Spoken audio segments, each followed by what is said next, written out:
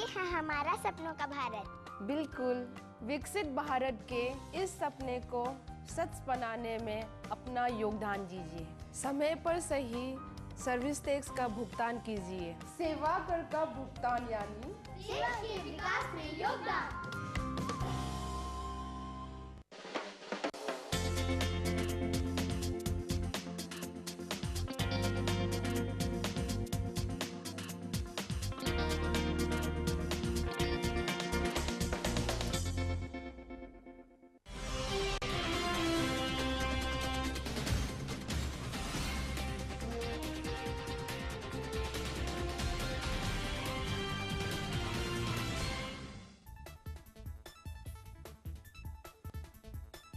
राखी सावंत की दोस्त ने डायरेक्टर को मारा थप्पड़। म्यूजिक लॉन्च के दौरान हुआ हंगामा। मॉडल ने लगाया कास्टिंग काउच का आरोप।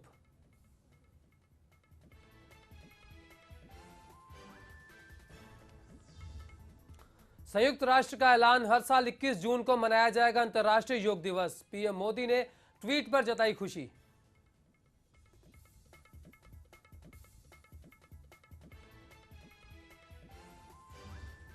यूपी के राज्यपाल राम नाईक ने छेड़ा फिर से राम मंदिर का राग। फैजाबाद में कहा कि लोगों की इच्छा फिर से बने राम मंदिर।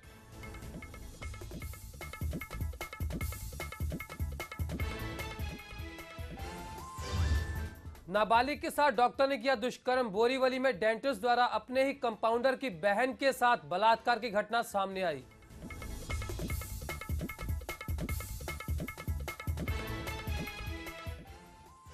और जोगेश्वरी में ओमकार बिल्डर की तानाशाही से सहमे लोग। बिल्डर पर प्रोजेक्ट ट्रेडिंग करने का लगा आरोप।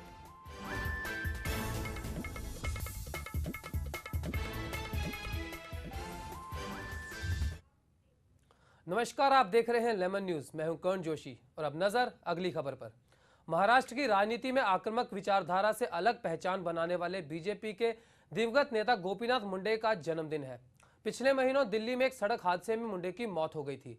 उनके निधन के बाद यह उनका पहला जन्मदिन है। मुंडे बीजेपी में पिछड़े वर्ग के कद्दावर नेता कहे जाते थे। पेश है उन पर यह खास रिपोर्ट।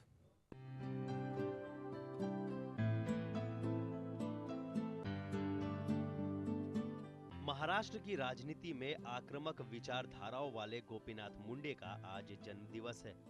गोपीनाथ मुंडे पिछले वर्गों में अच्छा प्रभाव रखने वाले महत्वपूर्ण ओबीसी नेता थे। मुंडे एकमात्र भीड़ जुटाने वाले नेता के तौर पर जाने जाते थे और यही उनकी खासियत थी। गोपीनाथ मुंडे खुद एक ताकतवर नेता थे। राजनीति के अलावा गोपीनाथ मुंडे कृषक भी थे। वो महाराष्ट्र में भारतीय जनता पार्टी के सबसे चमकदार चेहरे थे। उन्होंने अपनी पहचान जमीन से जुड़े एक कार्यकर्ता के तौर पर बनाई थी। मुंडे ने सन 1995 में विधानसभा के चुनाव में सफलता पाई और महाराष्ट्र के उप मुख्यमंत्री बने। मई 2014 में गोपीनाथ मुंडे नरेंद्र मोदी के मंत्रिमंडल में शामिल हुए। गोपीनाथ मुंडे संसद की लोक लेखा समिति के अध्यक्ष थे। गोपीनाथ मुंडे आज इस दुनिया में नहीं है, लेकिन महाराष्ट्र की राजनीति के शत्रप कहे जाने वाले इस नेता ने जो अपने पीछे अमिट छाप छोड़ी है, उन्हें देशवासी कभी नहीं भुला पाएंगे। और जब जब महाराष्ट्र की राजनीति की बात होगी तो गोपीनाथ मुंडे जरूर याद आएंगे। इस कर्मकीर दिवंगत नेता को लेमन न्यूज परिवार की ओर से कोटि कोटि नमन।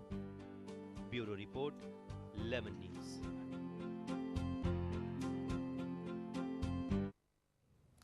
भारत के प्रधानमंत्री नरेंद्र मोदी और रूस के राष्ट्रपति व्लादिमीर पुतिन के बीच हुई शिखर वार्ता के दौरान दोनों देशों के बीच 16 समझौतों पर हस्ताक्षर के बाद प्रधानमंत्री नरेंद्र मोदी ने कहा कि अंतर्राष्ट्रीय परिस्थितियां काफी बदल गई हैं, जिसके साथ हमें भी बदलना चाहिए। रूस के राष्ट्रपति ने कहा कि वह अपने 2 आधुनिक हेलीकॉप्टरों में से एक का निर्माण भारत में करेंगे।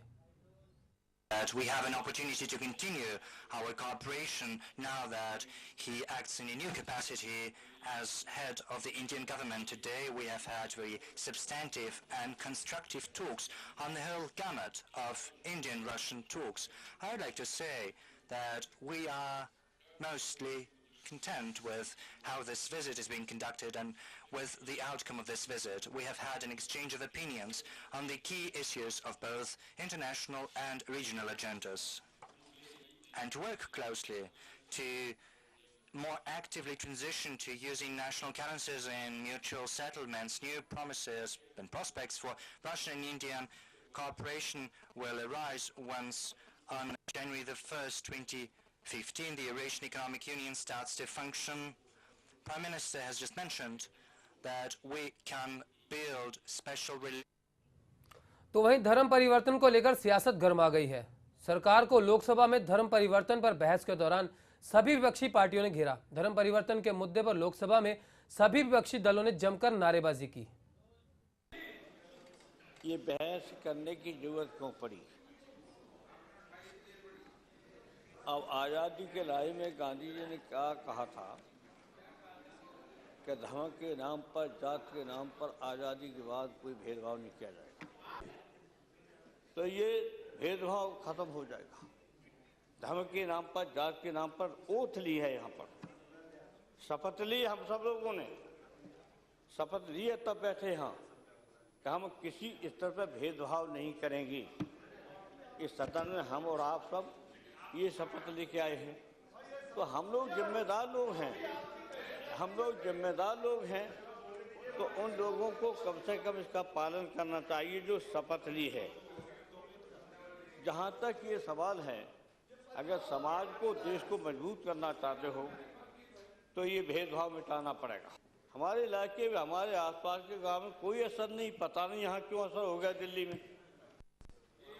ये भी अखबार पर पढ़ के कोई बता दे आगरा जिले में कोई असर हो, पता लगा दे आगरा के हो, यहाँ कोई असर नहीं, आगरा में असर नहीं, हमारा पड़ोसी इटावा में असर नहीं, लेकिन इस सदन में असर किस बात के लिए हुआ है जो इतनी गंभीर बहस हो रही है?